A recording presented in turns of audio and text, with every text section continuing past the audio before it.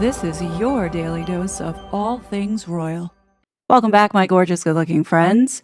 I am going ahead and reposting this video that I put up last night. Many of you told me that there's no hype button, and upon looking at whether or not this video has been shadow banned, sure enough, it has been. So I believe it has everything to do with what I put in the first couple minutes of this video that Europe doesn't want people to know about, which is these people who are coming over to their country seeking asylum and refugee status. And you all know what's going on in, I'm not going to even say the word because who knows if that's what is being triggered to shadow ban the video. So I went ahead and deleted the first part of it and left the rest because that's the most important part of this video that people must see. So let me know if it's coming up in your feed. Let me know if you're getting a hype button. And if you can help me out on this one too, please hit that like button because I'd like to study how this video does compared to the one that I published last night to understand what's really going on.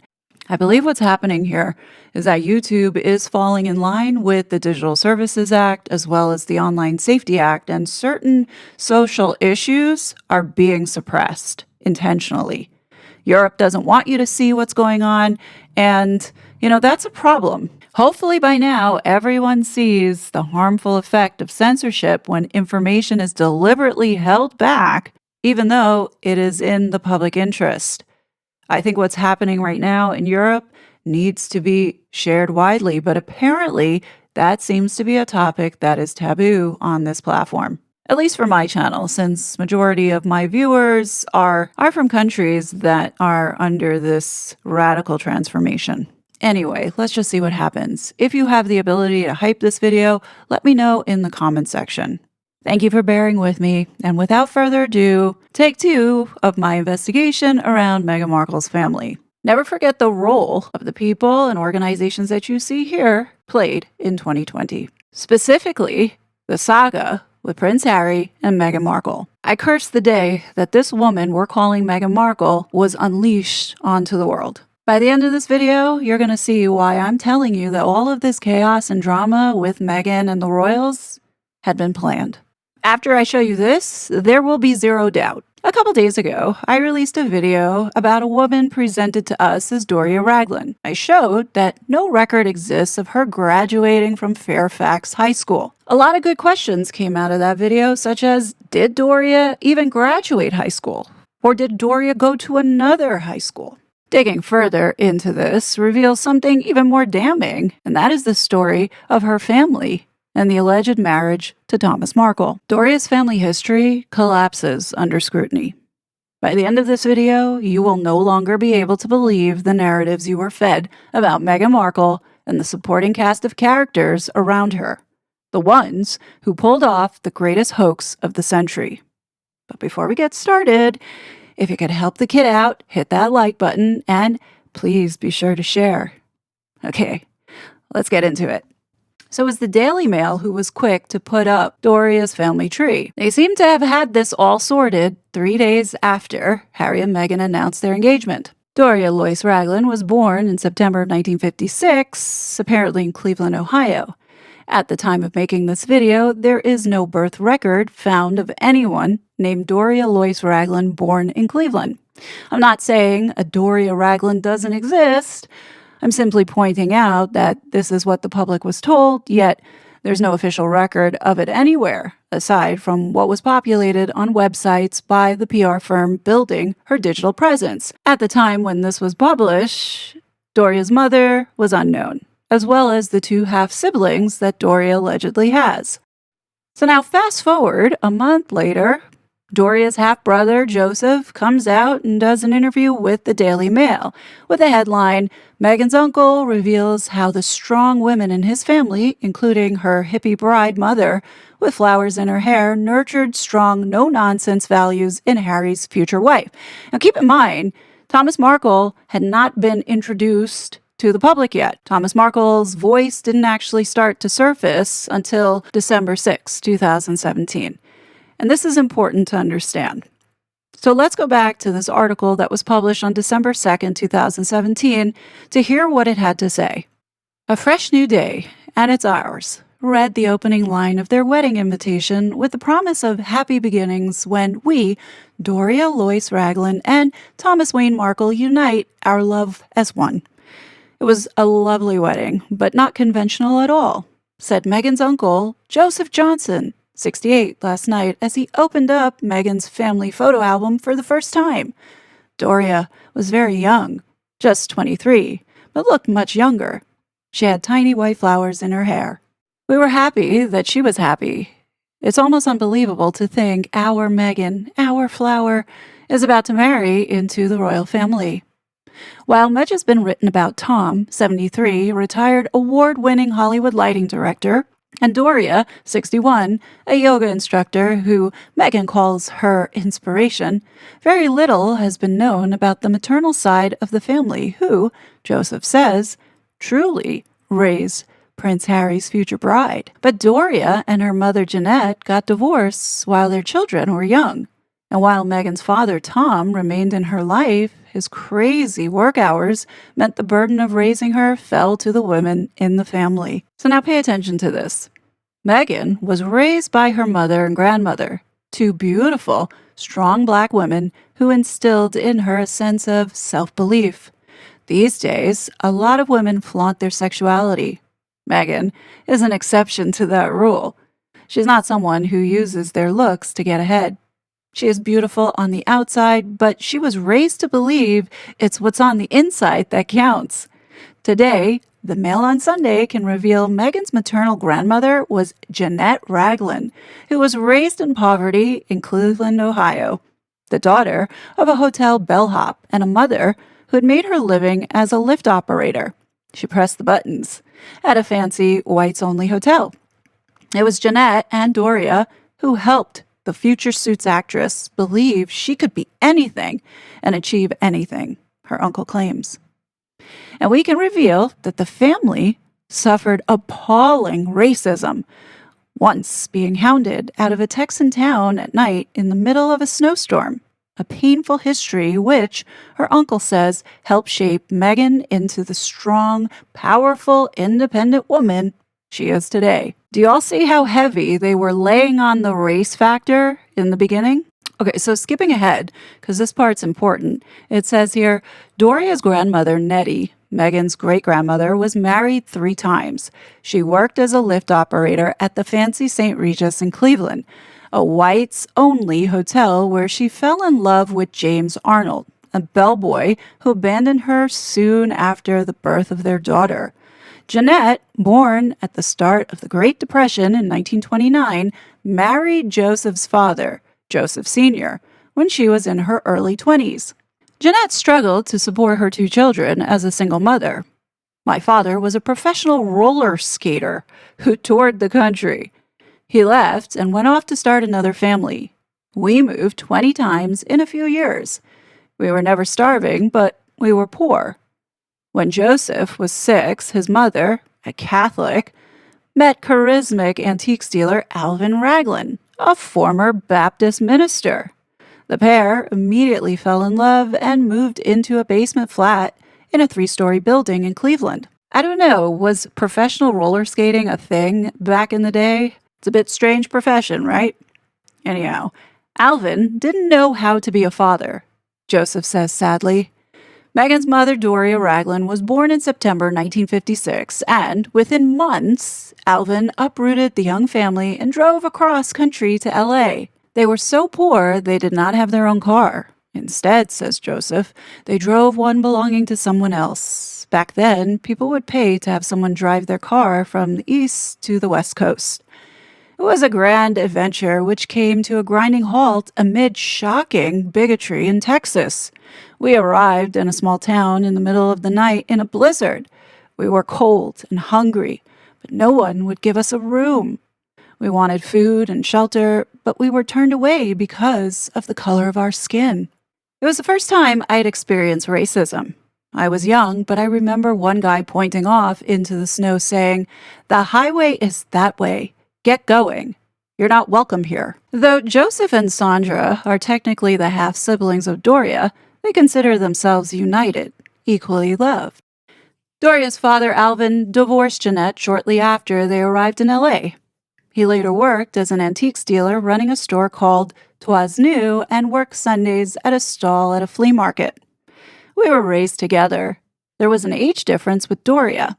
She was the youngest, but, like Meghan, she's whip smart and always wanted more out of life, says Joseph. Alvin would later die of a head injury after tripping over his dog's leash. While Joseph and his sister went to a school in a predominantly black area of LA, Doria went to Fairfax High, a mostly white Jewish school which, under U.S. laws of desegregation, began busing in black pupils from the poor parts of city in the early 1970s. Doria prided herself on her hair, a big, beautiful afro. After school, she worked as a travel agent. She did that to get reduced-price trips and, as a clothing designer, making her own creations for her company a change of address. She also ran an import business for a while, bringing in incense from the Far East. Remember, this was in the very beginning. This was a time when nobody was paying attention to anything. Now, I'm not going to go into the rest of this article. It just talks about how Doria and Tom met and the day that they got married, Joseph being there, and his son was like the ring bearer. The point of doing that is to show you the family tree on Doria's side, and that Doria has these two half-siblings. Now, if you notice here, there's no mention of those two half-siblings under Jeanette Arnold. Now, at this point in 2017, we know nothing about Doria's half-sister, Sandra. Now, fast forward 2 days before entrapment day for Prince Harry, Daily Mail drops an article on May 17th talking about her mom, Doria, and Aunt Sandra's wedding. Yeah, we've seen all these photos before, but at the time, this was a massive drop of childhood photos. Now, many of you might remember that I did a series called The Biggest Fraud Alive, and I suspected that a lot of these photos, looking at them closer, had been manipulated. And I still believe that, even more so today with the additional evidence that is now being uncovered. When it comes to Doria's half-siblings, it was reported that Joseph Johnson had passed away in 2021, with Meghan not even calling to give her condolences. Now, it's interesting that the Mirror reported this, talking about Meghan, but doesn't mention anything about Doria. What about Doria? Didn't Doria go to be by the family side when he passed away? I mean, he was her half-brother.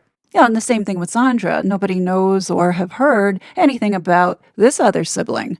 Kind of falls to the wayside like the other characters, such as Uncle Mike, the Dooley brothers, Tracy Dooley. But there were a lot of people that came into this picture and then never to be spoken about again.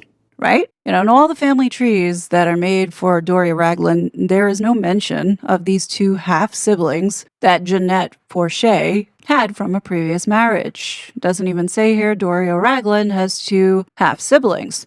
So you see here, when you look at the family tree of Jeanette Johnson, formerly Forshey, it only mentions Doria Ragland. Doesn't talk about these two other children that she allegedly had.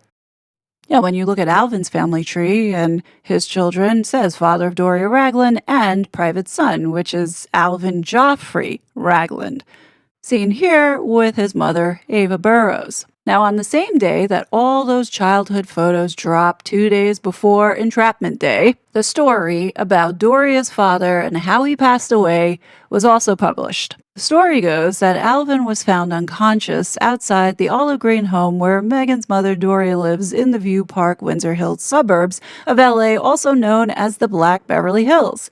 The two lived there together in his later years. A Los Angeles coroner's case report unearthed by DailyMail.com says he passed away just 9 days after he fell, aged 82. He was found by neighbors less than 200 feet from his front door with the dog leash still wrapped around his ankles. The LA coroner ruled his death an accident, writing in the synopsis, according to his daughter, neighbors found the decedent lying in the street at approximately 1200 hours on 3/3/11.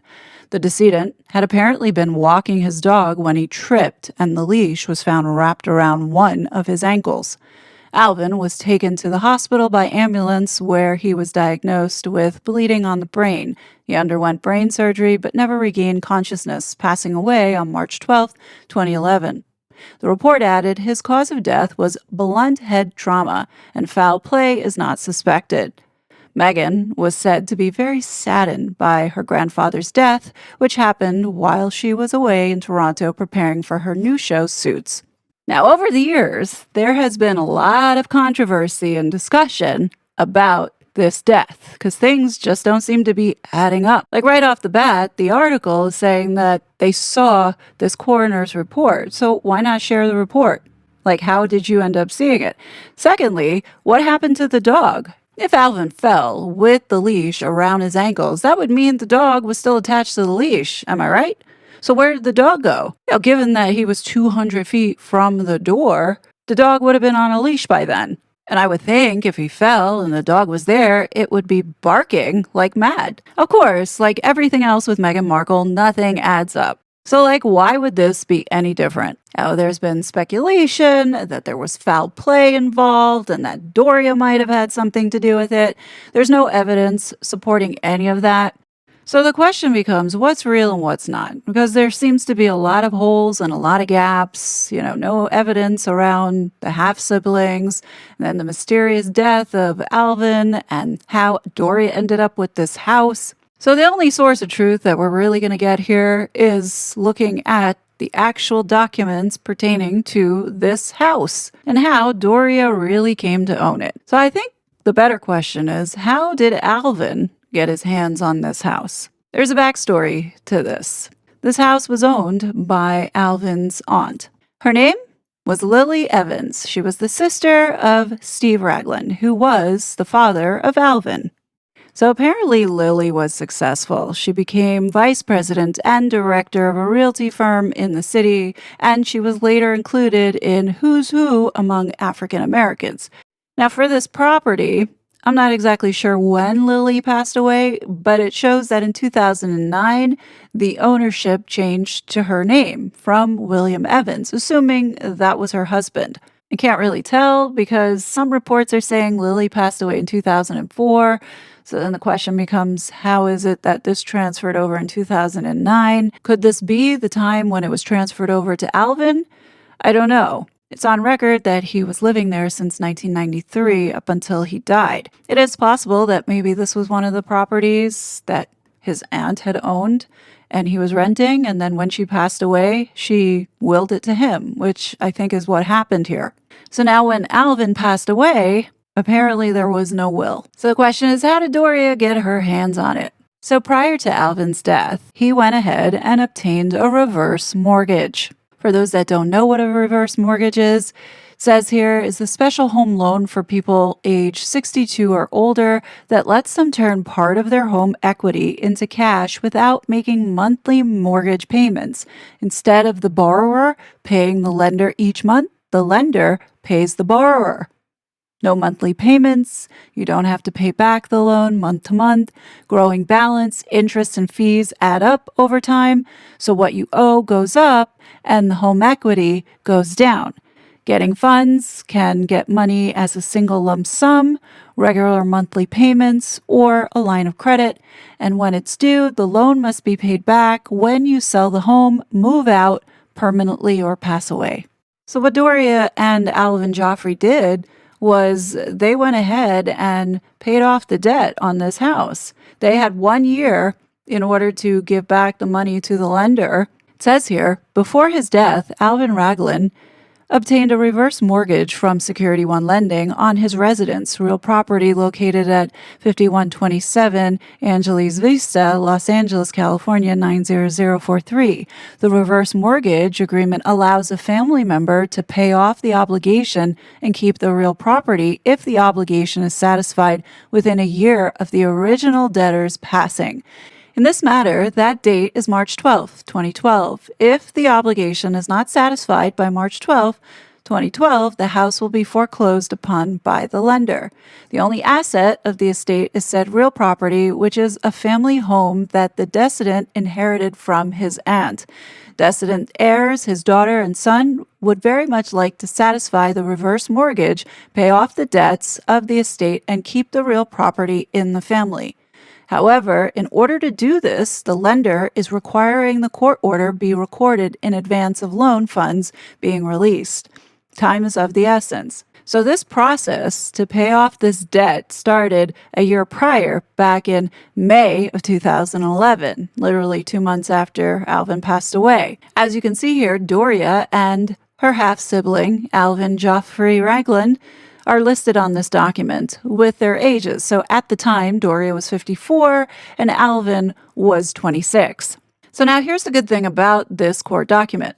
It verifies for us that Doria Ragland is who she says she is, and that she is how old she is, as well as who her family is when it comes to her dad's side. Now, according to that Daily Mail article, they had indicated that Doria was living with her father, but I don't think that that's the case because on this document, she has a different address. It's not the address of the home that she is taking over. Another thing that the Daily Mail has incorrect is at the time of Alvin's death, that house was not the green puke color. Now, isn't that something? In 2012, when Doria moves in, she's got a big old Obama sign in front of the house. Just keep that in the back of your head. But getting back to how Doria ended up with this house, think about it.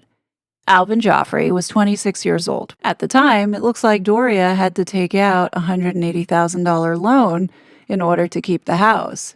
Alvin Geoffrey, being 26, probably did not want to take any more debt, likely had school debt, so he probably was fine with Doria taking over ownership of the house. Then the following year, Doria took out a bigger loan from a regular mortgage lender, Pacific Union Financial, and it looks like that would have been part of paying off the earlier $180,000, giving her some additional cash left over. Who knows? Maybe she gave Alvin Geoffrey some cash. Maybe that's what happened.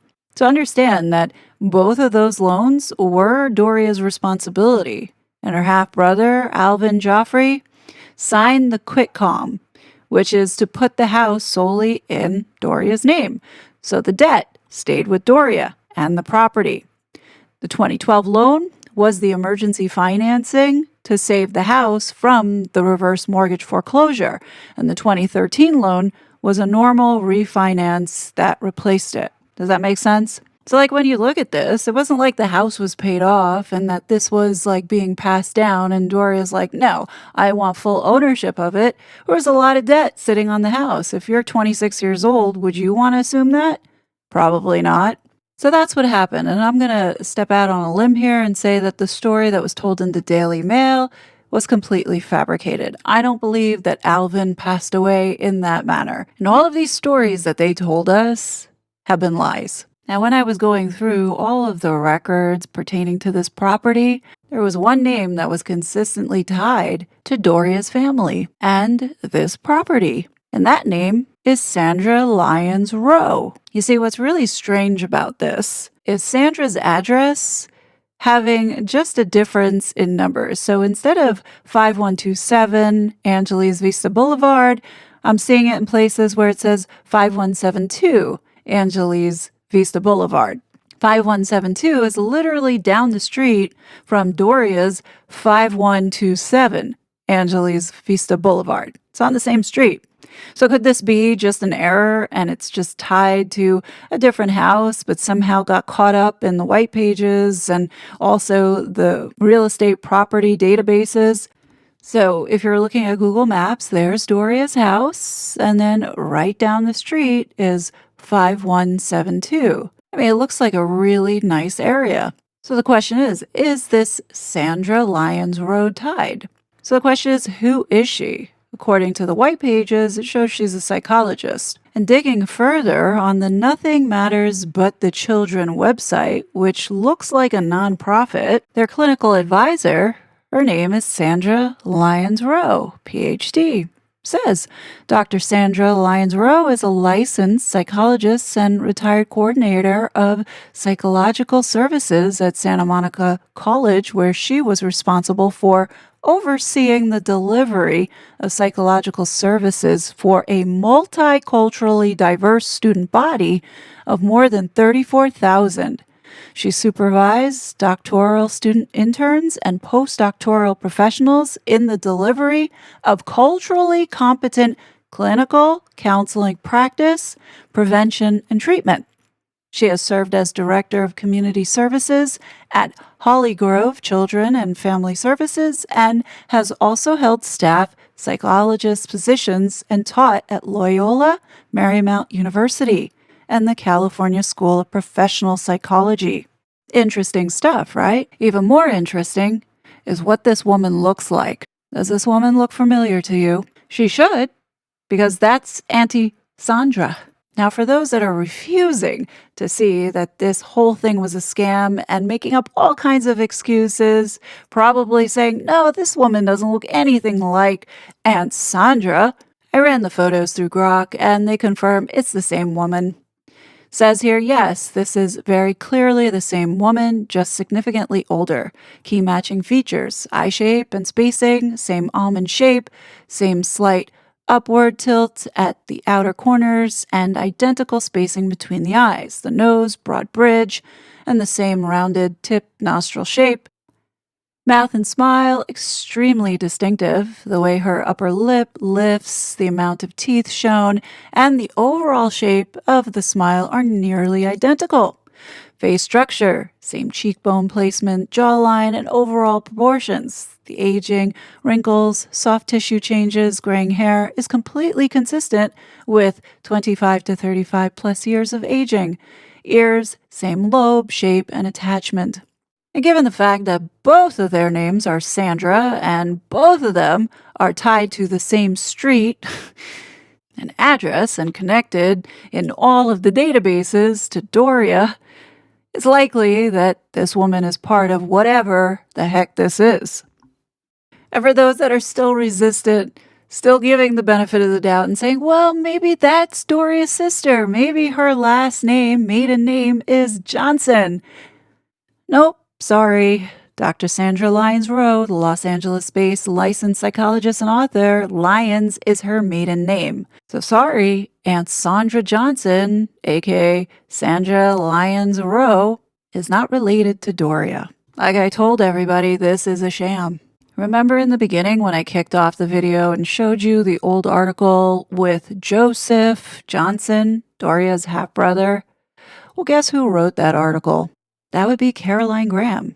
Yes, the same journalist who apparently ruined Thomas Markle's relationship with his alleged daughter, Meghan. Caroline Graham was also behind this article. Remember, this is 2 days before the wedding. Thomas Markle had his heart attack, and here Caroline Graham is dumping these photos with this made-up bullshit of Sandra Johnson, who really is Sandra Lyons-Rowe. When we look at Sandra's husband, Dr. Daryl M. Rowe, guess what he specializes in? Psychology. Listen to this. As a Black psychologist, I work at the nexus of challenges unique to African Americans: empowerment, relational effectiveness, and system negotiation, and those connected to them, focusing on marital and family relationships. My aim is to privilege cultural context to promote more effective strategies for change and growth. Yeah, that sounds quite Marxist to me. You see, now the real nail in this coffin is the witness statement of Edward Verity. Remember when the Duchess sued the Daily Mail and she ended up winning $1, even though she was caught lying?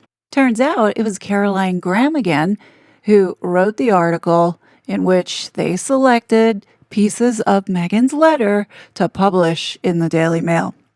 So this whole time, Caroline Graham has been there from day one with the Markles, with Doria and her family or fake family. How can you all not see that this is a psychological operation? Especially when you're dealing with all of these people who are psychologists or there to subvert this country with all of this chaos that they deliberately put out there into the media. And who do you think gave all of these photos and photoshopped all of it? These are the very same people who are claiming that they're victims, right? Doria's side of the house, Thomas Markle and his side of the house, they all were working together. And here you have Caroline Graham involved with all of this chaos from both sides of the house.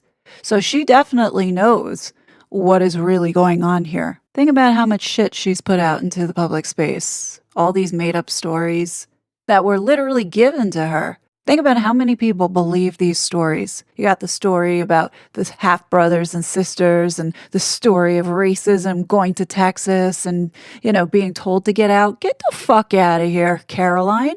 When you reflect back and you think about the drama that all of them caused to put on this show of Thomas Markle having this heart attack because he was exposed for staging these paparazzi photos. Meanwhile, he facilitated this with Caroline Graham, who published those photos and then has the nerve to then bitch and moan about, how the media was so terrible to him when he was working with it. This whole thing is a lie. And when you go back and you look at the videos that I've done in the past, showing you how these photos were photoshopped, especially this wedding one where Doria's knuckle is like ballooning out, look closer at it. You'll see they all lied. And don't think that the palace and the royal family didn't know. There's no way they couldn't have known. With all the intelligence and access to resources, they would have known all of these characters and what they were about. And they didn't do anything because they knew that it wasn't about the institution. This was about undermining the United States. All of these people lied, especially in court. Those court cases, especially with Meghan suing Daily Mail over Thomas publishing the letter, the blatant lies. And you're probably saying, well, why would they do that? Because they're Marxists. See, Marxists don't believe in this capitalist system. So you think they're going to tell the truth and abide by the rules? No, they lied. I hate to say it, but Doria really is the only one who you can verify who she really is. Everybody else, you can't do that with. You have Samantha Markle, Yvonne Markle, Samantha Grant.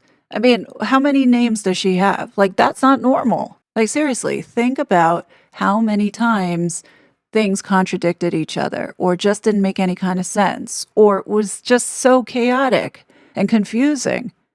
It was all by design. All of this was a lie. And when you look and you try to find the divorce papers of Doria and Thomas Markle, nowhere to be found. Sure, there's a marriage certificate out there, but who's to say that that's not faked? Right? At this point, you can't believe anything that is being said here. But just know that this was definitely manipulation. We don't have the real story. And I'll tell you this right now.